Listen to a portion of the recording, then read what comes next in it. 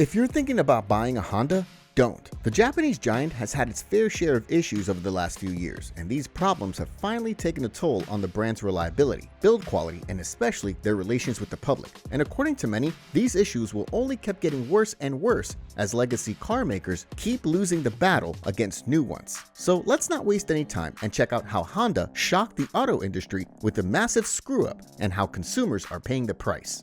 Problems with reliability. One of the biggest and frankly most believable things that keep dragging Honda down is how unreliable the brand has become. Seriously, this once Toyota competitor, which was colloquially known as one of the most potent, most technologically advanced, and most reliable vehicle manufacturers in the world. Remember when VTEC was introduced? Yeah, well, you can kiss that brand goodbye, as Honda has reduced itself to producing barely above average commuter vehicles that have rapidly dropped in quality and reliability over the last few years. One of the most notable issues was the head gasket failure that was and still is present on the 1.5 turbo. Drivers have reported blown head gaskets in under 100,000 miles, which simply should not happen on any engine, let alone a Honda. Replacing the gasket is a pretty pricey ordeal, as it'll set you back around $5,000 according to Honda. There were other issues that were present on many cars. Faulty fuel pump and faulty injectors, problem with the transmission, all kinds of issues with the drivetrain, and many more. All of which are quite symptomatic and are not one in a million case. And the worst part, this didn't happen overnight. It was a multi-year slide for Honda. Even 5 years ago, people started complaining more than usual about all the kinds of issues and problems. Now, does this mean that Hondas are unreliable pieces of junk? No, of course not. They're still better than most brands out there. However, their descent is to be noted, as sugarcoating it will only bring them an excuse to keep making cars less and less reliable with every coming year. Sugarcoating that has brought us to the point that Hondas have recalls and issues on a regular level. Unbelievably high levels of recalls. 1.7 million vehicle recalls. 1.7 million, and it wasn't something benign either. Honda has recalled the better part of 2 million vehicles because they all had or were expected to have issues with the steering rack. The Honda CR-V, HR-V, and the entire Civic lineup, and even the Acura Integra and Integra Type S, all of these vehicles made from 2023 to 2025 had to be recalled, with the base Civic even being recalled for the 2022 model year. The issue that caused this recall was the worm wheel, which controls the steering in the vehicle. According to official sources, it was incorrectly produced, which led to consequent swelling during usage. This then caused the thinning of grease between the worm gear and the worm grease, causing high levels of friction and increasing steering effort. Imagine driving on a Sunday afternoon, all cheery and happy, and suddenly you take in a corner only to realize that your steering wheel has become stiffer than a brick. It would turn your cheery day into a gloomy one, wouldn't it? Thankfully, Honda has decided to recall all of the cars that might have had this problem, and owners have been sent a notification on the 18th of November, so if you have a 2023-2025 Honda, be sure to get that checked. But that's not even the biggest recall that Honda had over the past few years. Oh no, the biggest one in recent times is a 2.5 million vehicle recall that concerns stalling issues because of faulty fuel pumps or fuel injection system.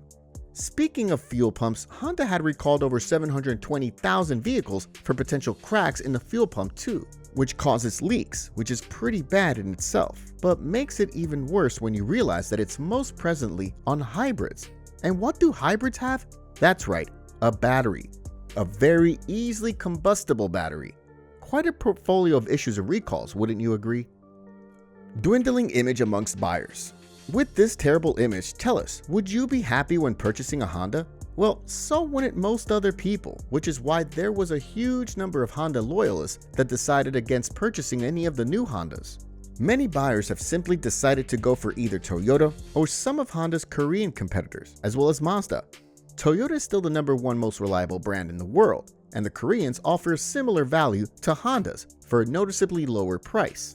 Mazda offers a truly premium experience for the same price and is generally pretty well regarded in terms of reliability and their relationship with customers. All of this has resulted in Honda losing 20% of their operating profit during H2, which is a significant loss for such an seemingly unshakable brand. In addition to that, the biggest drop in sales for Honda was China, especially since the Chinese brands have become a force to be reckoned with, and many Chinese have decided to purchase domestically made cars instead of those that are made in other places. And since China is the world's biggest market, Losing its foothold of it has been much more devastating for the company than we can even imagine. And not just that, but this has also resulted in other problems. Layoffs reflect the demand. This lesser demand of Honda's lineup has been showing in other places, manufacturing more than others. Honda has decided to lay off a pretty significant portion of its workforce, especially in China. As it stands, Honda has suspended work in 3 of their plants in China and have laid off more than 2,000 workers. And while that doesn't sound like a lot to you, it's only the beginning, as Honda will continue to lay off workers and close plants not just in China, but all across the world. Honda is not the only one though, as there have been other manufacturers that have started closing their plants. Heck, even Volkswagen, which hadn't closed any factories since it opened its doors, they're about to say goodnight to 3 of its German factories due to lessened demand. Honda's reasoning behind this is their focus on shifting towards an all-electric future. Quite interesting for a car manufacturer that offers a single EV, which is what brings us to the final point of today's video. No real electrified lineup. Like it or not, EVs are becoming part of the imminent present, let alone the future, and while we don't expect them to become the definitive future, the EV segment is definitely here to stay. As such, it was quite stupid of Honda to wait years and years on end for their first ever EV, especially since the majority of the market has been moving forward and developing all kinds of EVs. Not Honda though. Honda's retained its slow embrace to new ideas mentality for way too long. And the first production EV they've ever made was the Honda Prologue, and it isn't even a true Honda. It's a joint venture between GM and Honda. And it's much more of a GM product than the latter, seeing how it's made in the same plant as the Chevy Blazer EV, which it shares its platform with. And about China and Honda's loss of sales there, the Chinese are rapidly shifting towards EVs. And as such, Honda has very little rentability there. The Chinese have a completely different outlook to personal vehicles. They use them mostly for commuting inside of cities. They use public transportation or air transport more when it comes down to large journeys, as it's faster, cheaper, and much easier for them. And while you might think that this shouldn't interest you, as the Chinese and us have very different markets, think again, because all of the money Honda earns goes into the same purse. Less money globally equals less money invested into making and developing cars in the future. Less money invested in R&D and production leads to less reliable cars, and so the eternal cycle of unreliability begins.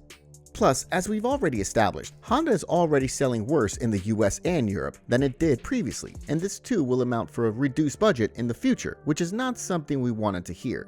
So honestly, if Honda doesn't get its EV game up and running, things are going to become even worse for them, and as a result, even worse for you.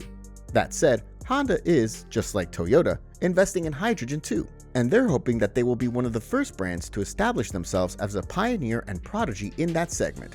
Plus, even though Honda has been down in the past few years, the truth is that it's still amongst the best manufacturers in terms of quality and reliability. We just wish that their recalls were a little less frequent and a lot less fundamental.